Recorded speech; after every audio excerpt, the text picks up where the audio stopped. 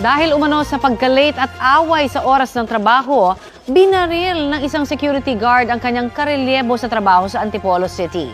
Humingi ng tawad ang sumukong suspect at sinabing pinagbabantaan umano ng biktima ang kanyang pamilya. Ang mainit na balita hatid ni EJ Gomez. Nakunan sa CCTV ang security guard na ito na walang habas na pinagbabaril ang nakaputing lalaki. Kita ring nagtakbuhan ng mga tao palayo sa gunman.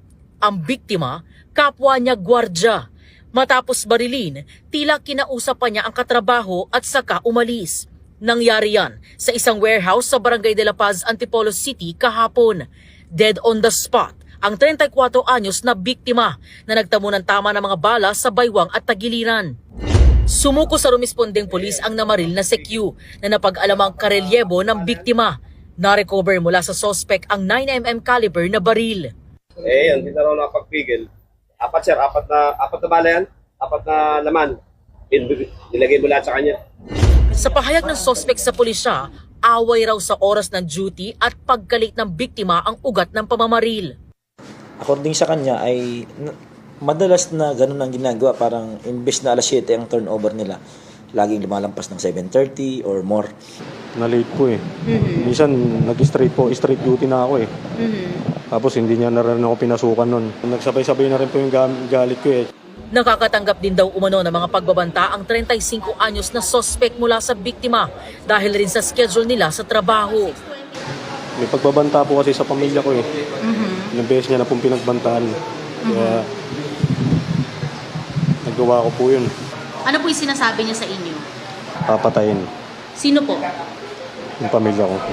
Mariin namang pinabulaanan ng kaanak ng biktima ang paratang ng suspect. Kahit na ang alam ko, pang-araw siya, minsan hinahatiran ng asawa niya doon ng pagkain kasi bigla na lang na ma-straight ang oras niya. Kasi hindi po mapasok, dumarating yung karelyebo niya.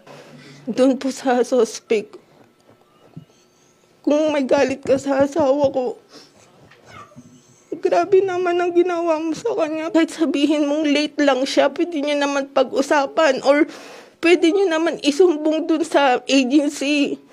Pwede niyo naman siyang ireklamo. Bakit umabot sa ganun tapos 3 putok? Ano yun? Hustisya naman. Humihingi ng tawad ang suspect sa pamilya ng biktima. Sana mapatawad niyo po ako kasi yung pamilya ko rin ang inaano eh. Mahal na mahal ko yung pamilya ko, lahat ginagawa ko sa trabaho ko eh.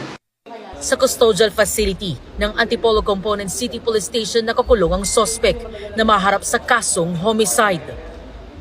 EJ Gomez, nagbabalita para sa GMA Integrated News.